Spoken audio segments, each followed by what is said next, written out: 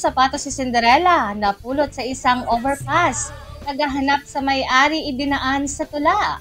Parang kwento daw ng Disney princess na si Cinderella ang paghahanap sa may-ari ng itim na sapatos na napulot ng Public Order and Safety Division Enforcer Assistant Team Leader na si Emerito Carino sa isang overpass sa Baguio City. Upang mahanap si Cinderella ay ipinost ang larawan ng itim na sapatos sa Public Order and Safety Division City of Baguio page, kalaki pang isang tula.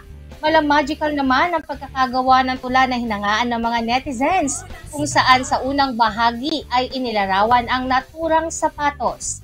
A lone soul seeks its missing mate, a crimson kiss upon its fate, 4 inches high, a daring stride, size 41, where could it hide? At sa pangatlong paragraph naman ay ang panghihikayat na kunin na ito ng kung sino man ang nagmamay-ari.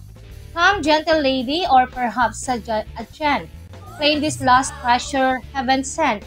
For in our office, a story awaits, perhaps a prince charming to seal your fate. Umani ng papuri ang tulang ito na ang may akda ay ang kanilang hepe na si Daryl Longid. Aniya noong nakaraang taon ay nag-viral na rin sila dahil din sa paghahanap ng may-ari ng naiwang gamit.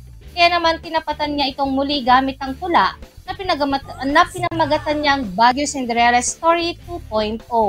Tagumpay naman silang mapalitaw si Cinderella na isang estudyante mula sa Nigeria na si Pamela Stephen, na nung una ay sumuko na daw hanapin ang pares ng kanyang sapatos. Ngunit dahil nag-viral ang larawan ay isang kaibigan ang nag-send sa kanya nito at paulit-ulit anya niyang binasa ang tula na nagpangiti sa kanya. Nagkaroon ng happily ever after si Cinderella nang maibalik na sa kanya ang kanyang sapatos. At isa na namang magical na tula ang ipinost ng page nang matagpuan na siya.